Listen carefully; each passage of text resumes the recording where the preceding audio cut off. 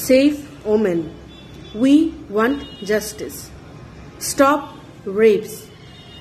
আজকাল social media খুললেই এই ধরনের স্লোগান, এই ধরনের প্রতিবাদের ভাষা চারদিকে ভেসে উঠছে। মানুষ আজ প্রতিবাদী হয়েছে, দেখে খুব আনন্দ লাগছে, ভালো লাগছে। দীর্ঘদিন পর মহিলা বিরোধী অপরাধ নিয়ে আজ সাধারণ মানুষ থেকে শুরু করে সকল শ্রেণীর মানুষ পথে নেমেছে, আন্দোলন গড়ে তুলছে। সারা দেশব্যাপী মানুষ আওয়াজ তুলেছে, সেভ ওমেন্স।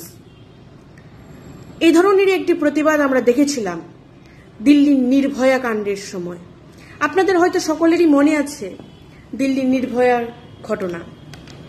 সেই সময় আমরা দেখেছিলাম ভারতবর্ষে একটি প্রতিবাদ গড়ে উঠেছিল, আন্দোলন গড়ে উঠেছিল। তারপরে থেমে গেছিল আন্দোলন, আবার বেড়ে উঠেছিল মহিলা বিরোধী অপরাধের সংখ্যা।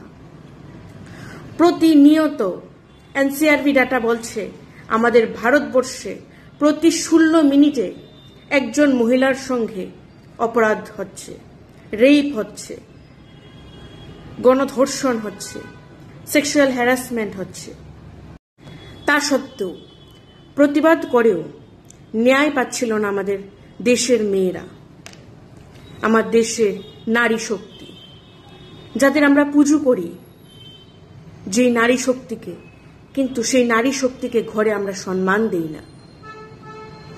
আজ যখন মানুষ আবার প্রতিবাদী হয়েছে, মাঠে নেমেছে, আমি তাদেরকে অনেক অনেক ধন্যবাদ জানাই।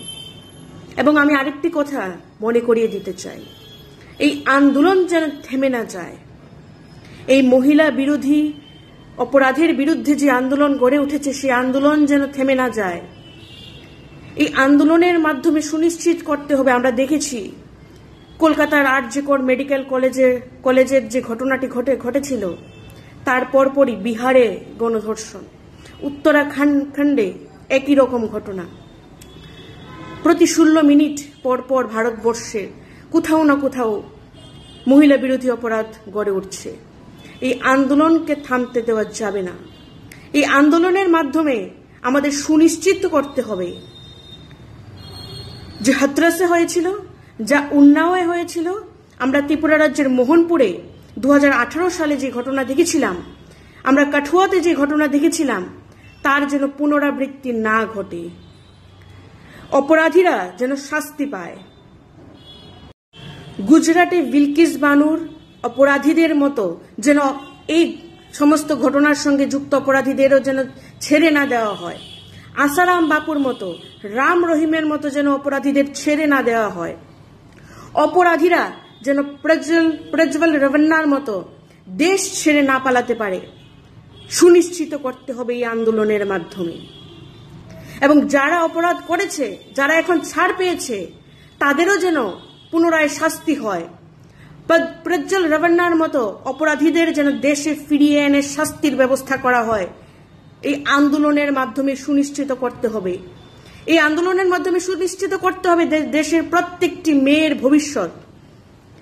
আপনার ঘরের বোনটিকে প্রশ্ন করে দেখবেন, রাস্তাঘাটে, বাসে, অটোতে কোথাও কি তারা সামান্য পরিমাণ সুরক্ষিত অনুভব করে?